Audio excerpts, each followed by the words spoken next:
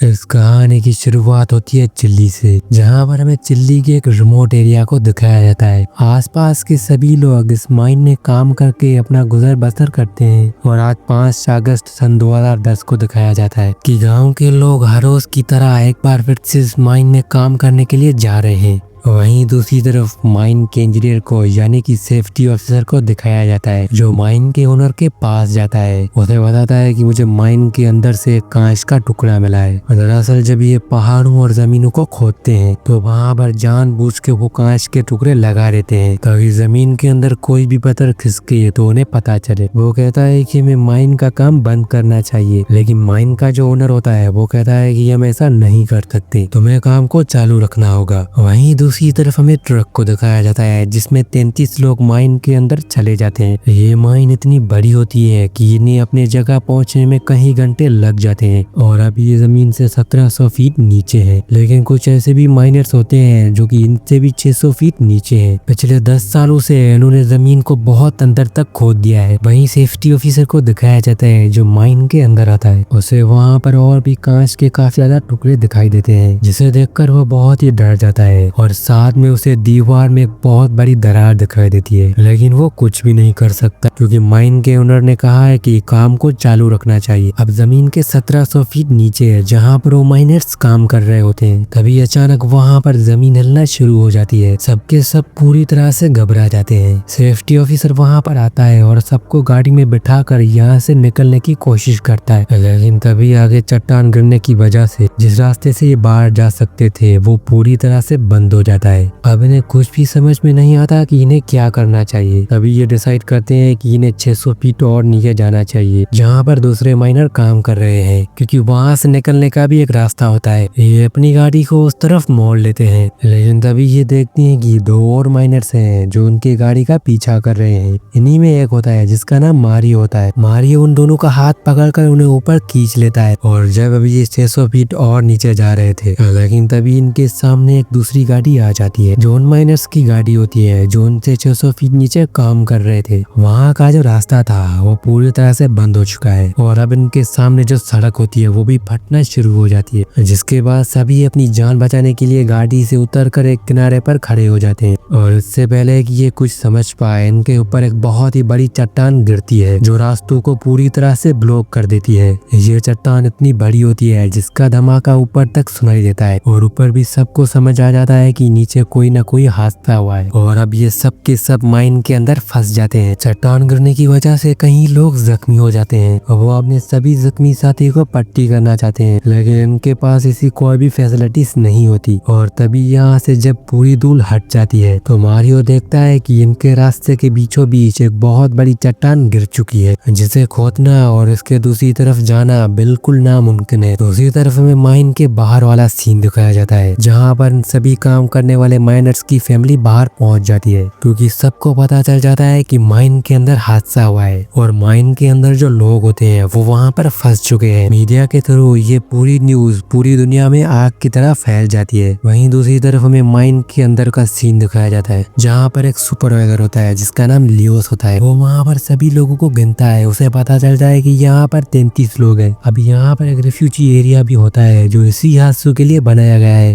लेकिन सुपरवाइजर कहता है कि वहाँ पर सिर्फ 30 लोग जा सकते हैं और हम यहाँ पर 33 लोग हैं। मारियो कहता है कि यहाँ पर चिमनियाँ भी बनी हुई है, हम चाहे तो हम उनसे बाहर निकल सकते हैं क्योंकि वहाँ पर सीढ़ियाँ भी होती है। सुपरवाइजर लियोस अपने साथ 29 लोगों को लेकर उस रिफ्यूजी की तरफ निकल जाता है, जबकि मारियो अपने साथ 2 लोगों को लेकर चिमनी की तरफ निकल जाता है और जल्दी ये तीनों के तीनों चिमनियों तक पहुँच जाते हैं, जहाँ पर मारियो चिमनियों के रास्ते से ऊपर चढ़ना शुरू कर देता है। और जब ये सीढ़ी तो थोड़ा ऊपर जाता है तो वो देखता है कि ऊपर सीढ़ियाँ है ही नहीं। दरअसल यहाँ पर जो अर्थक्वेक हुआ था, लगता है उसकी वजह से यहाँ पर पूरी तरह से सीढ़ियाँ टूट चुकी है और अब ये तीनों के तीनों यहाँ पर हताश हो चुके हैं। वहीं उन 30 लोगों को दिखाया जाता है जो रिफ्यूजी एरिया में पहुंच चुके हैं। वहाँ पर वो देखते हैं कि इनकी खाने की सप्लाई वहाँ पर बहुत ही कम होती है और ना ही इनके पास दवाइयाँ होती है। और मारियो भी अपनी 2 साथियों के साथ उस रिफ्यूजी कैंप में पहुंच जाता है। इन सबको ये पता नहीं है कि इनको ढूंढने के लिए यहाँ पर कोई आएगा या नहीं, क्योंकि ये सब के सब जमीन के बहुत ही नीचे होते हैं। अब ये सब लोग यही बातें कर रहे होते हैं, तभी अचानक वहाँ पर एक दूसरा अर्थक्वेक होता है। उन सभी की सांसें थम जाती है। उन्हें लगता है कि अब इनकी जिंदगी का एंड आ चुका है। इन्हें अपने सामने अंधेरे के अलावा कुछ भी दिखाई नहीं देता और ये सब के सब गॉड से प्रे करते हैं और तभी अर्थक्वेक अपने आप ही रुक जाता है। वही माइन के दूसरी तरफ हमें दिखाया जाता है कि इन माइन के वर्कर्स की वहाँ पर फैमिलियाँ आ चुकी है और वो फैमिलियाँ माइन के ओनर से और गार्ड से पूछती है कि अंदर क्या हो रहा है। अब ये सब अपनी गन्स निकाल कर उन्हें यहाँ से चले जाने के लिए कहते हैं, लेकिन ये सभी लोग यहाँ से नहीं जाना चाहते। इसीलिए वो सभी लोग वहाँ पर शोर करना शुरू कर देते हैं और बाहर पूरी रात खड़े रहते हैं। अगली सुबह में माइन के एक ओनर को दिखाया जाता है जो चिल्जी के प्रेसिडेंट के पास आता है और उन्हें बताता है कि माइन के अंदर कहीं लोग फंस चुके हैं और हमें उनकी मदद करनी चाहिए। प्रेसिडेंट कहता है कि ये काम माइन के ओनर्स का है। दरअसल ये सारी की सारी माइंस प्राइवेट होती है, लेकिन माइन का ओनर कहता है कि इनके पास इतनी एडवांस मशीनें नहीं है जिससे वो माइन के अंदर जा पाए। आपको उनके लिए कुछ करना चाहिए और आप अगर सभी लोगों को बचाते हो तो आपका नाम फेमस हो जाएगा, क्योंकि ये खबर पूरी दुनिया में फैल चुकी है। प्रेसिडेंट को माइन ऑफिसर की ये बात सही लगती है। प्रेसिडेंट कहता है कि तुम उन्हें बचाने के लिए पूरी कोशिश करो। सुबह में दिखाया जाता है कि वो माइन ऑफिसर उस माइन के बाहर पहुंच जाता है जिस माइन के अंदर 33 लोग फंसे हुए हैं। वहाँ पर वो उन सभी लोगों के फैमिलीज को यकीन दिलाते हैं कि वो उन सबको बचा लेंगे, आप बस फिक्र मत करो। और वो अंदर माइन के ओनर के पास आता है। उन्हें कहता है कि हमें उन 33 लोगों को बचाना होगा, लेकिन माइन का ओनर कहता है कि ऐसा नहीं हो सकता, अंदर बहुत बड़ा हादसा हुआ है और मुझे नहीं लगता कि अंदर कोई भी बचा हुआ होगा और जिस गहराई में जिस जगह पर वो लोग काम करते हैं वहाँ पर हम मुश्किल पहुँच पाएंगे और वैसे भी उस माइन में सिर्फ 3 दिन का खाना है और हमें माइन के अंदर पहुँचने में काफी महीने लग जाएंगे और अगर हम वहाँ पर पहुँच भी गए तो वो सब लोग भूख प्यास की वजह से मर जाएंगे। अब माइन के ओनर को भी पता चल जाता है कि ये काम बहुत ही डिफिकल्ट है। वो बाहर जाता है और लाउड स्पीकर पर सभी फैमिली को कहता है कि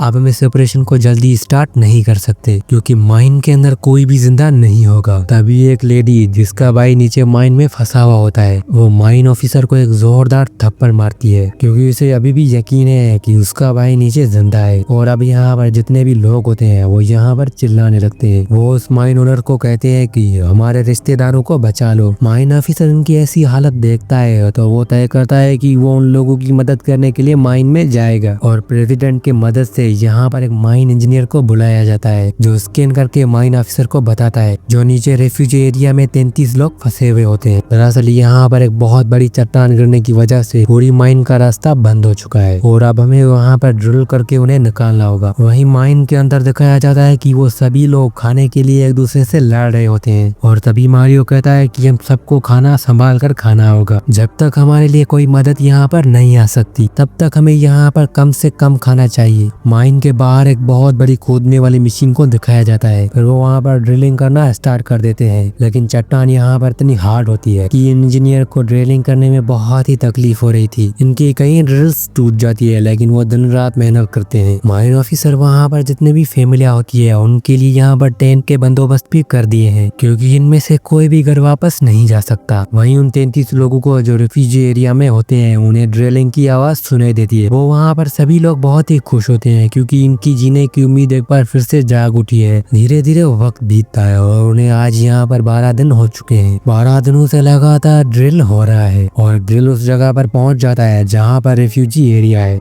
लेकिन इन 33 लोगों की किस्मत बिल्कुल भी अच्छी नहीं होती क्योंकि ड्रिल ने जिस जगह से छेद किया है वो उनसे 12 मीटर दूर होती है जो उन तक नहीं पहुंच सकती, यानी कि जो इतने दिनों से उन्होंने मेहनत की है वो पूरी तरह से जाया हो चुकी है। साथ ही इन 33 लोगों का खाना पूरी तरह से खत्म हो चुका है, बस इन सभी की 5 कुछ दिनों का खाना बचा है। वहीं इंजीनियर भी अपने पूरे हथियार डाल देता है। वो कहता है कि चट्टान बहुत ही मजबूत है और यहाँ पर दोबारा डील नहीं हो पाएगा। हालांकि माइन का ओनर उन्हें कन्विंस करने की कोशिश करता है कि तुम्हें उनकी मदद करनी चाहिए, उनकी फैमिली बाहर है और उनकी हमसे बहुत ही उम्मीद है। लेकिन इंजीनियर उनकी बात का कोई भी जवाब नहीं देता और वहाँ से चला जाता है और इंजीनियर रात को माइन के ओनर के पास आता है और उन्हें कहता है कि हम एक बार फिर से ड्रिल करेंगे और अब ये दूसरी जगह से ड्रिल करना शुरू कर देते हैं। चट्टानें बहुत ही हार्ड होती है जिससे यहाँ से ड्रिल करना बहुत ही मुश्किल होता है। वही माइन के अंदर हमें दिखाया जाता है वहाँ पर सभी लोग हताश हो चुके हैं। ये सभी लोग लोग वहाँ पर मौत का इंतजार कर रहे होते हैं क्योंकि इनका खाना कई दिन पहले खत्म हो चुका है। मारियो जब लेटा होता है तो उसके ऊपर एक पानी की बूंद गिरती है। दरअसल ऊपर से जो ड्रिल कर दिया गया था वो सही हो रहा था और वहाँ पर एक बहुत बड़ा छेद हो जाता है जहाँ पर ये 33 लोग फंसे हुए होते हैं। और जब ये ड्रिल को यानी कि छेद को देखते हैं तो सब के सब खुश हो जाते हैं और उनके अंदर एक बार फिर से जीने की उम्मीद जाग उठती है। अब रेफ्यूजी एरिया में जो ड्रिल का अंदर मशीन आया है वो उन सबको मारने लगते हैं और बाहर का जो माइन ओनर होता है वो उस आवाज को सुन लेता है और वो माइन के अंदर कुछ न कुछ बांध लेते हैं जिसमें वो मैसेज लिखते हैं कि हम सब यहाँ पर जिंदा है। और जब ये ड्रिल ऊपर जाती है तो ये सब लोग मैसेज पढ़ते हैं और बहुत ही खुश हो जाते हैं। इन सब के जितने भी रिश्तेदार बाहर होते हैं उन सब के आंखों में आंसू आ जाते हैं जो कि पहले से उम्मीद खो बैठे थे और अब इन सबको पता है कि उनके रिश्तेदार बच जाएंगे। मीडिया के थ्रू ये पूरी खबर फैल जाती है और अलग अलग कंट्रीज से उनके लिए मदद भेजी जाती है। नासा इनके लिए एक खास ट्यूब भेजती है जिससे इनके लिए नीचे खाना पानी की सप्लाई भेज दी जाए। साथ ही इन लोगों को वीडियो कॉल से कनेक्ट कर दिया जाता है ताकि वो सभी लोग बाहर अपनी फैमिली से बात कर सकें। और साथ में चिल्ली का जो प्रेसिडेंट होता है वो माइन में फंसे हुए लोगों से बात करता है। वो उन सभी को कहता है कि इस बार जो क्रिसमस का डे आएगा वो तुम अपनी फैमिली के साथ मनाओगे, जिससे वो बहुत ही खुश हो जाता है। वहीं बाहर इंजीनियर उन माइन के वर्कर्स को बाहर निकालने के लिए 3 अलग अलग प्लेन्स बनाते हैं ताकि 1-2 प्लेन खराब भी हो जाए तो तीसरी प्लेन से इन्हें बचा दिया जाए। अब जल्दी इन्हें बचाने के लिए प्लेन शुरू हो जाते हैं और कुछ दिन के बाद इनके 2 प्लेन्स फेल हो जाते हैं और अब इनके पास प्लेन 3 बचा है जिससे इन्हें बहुत ही मुश्किल से नीचे डालना होगा। फिर इंजीनियर एक बार फिर से उस 3 प्लेन को स्टार्ट करके अपना मिशन के लिए लग जाता है। अब इनके लिए सबसे बड़ी प्रॉब्लम ये होती है माइन के अंदर जो चट्टान गिरी थी वो धीरे धीरे नीचे खिसक रही है, यानी कि जल्द से जल्द इन सबको ऊपर लाना होगा, नहीं तो ये सब के सब चट्टान के नीचे दब जाएंगे। लगातार डीलिंग करके ये उस चट्टान के अंदर पहुंच जाते हैं जो माइन के नीचे गिरी। वो बहुत ही ज्यादा हार्ड होती है इसीलिए उस पर ड्रिल नहीं हो सकता। तभी इंजीनियर वीडियो कॉल के थ्रू उन सभी वर्कर्स से बात करता है और माइन के नीचे फंसे हुए लोग कहते हैं कि हमें जल्द से जल्द यहाँ पर एक बड़ा धमाका करना होगा जिससे चट्टान टूट जाएगी। हालांकि वो बहुत ही खतरनाक होता है लेकिन अब इनके पास और कोई भी रास्ता नहीं होता और वो सब उस चट्टान पर एक धमाका करते हैं जिसका मतलब ये है कि अब ड्रिल पूरी तरह से आर पार किया जा सकता है। अब इन सबको यहाँ पर फंसते हुए तकरीबन 59 दिन हो चुके हैं। अब 2 महीने गुजरने के बाद नासा ने जो उनको ट्यूब बचाने के लिए भेजा था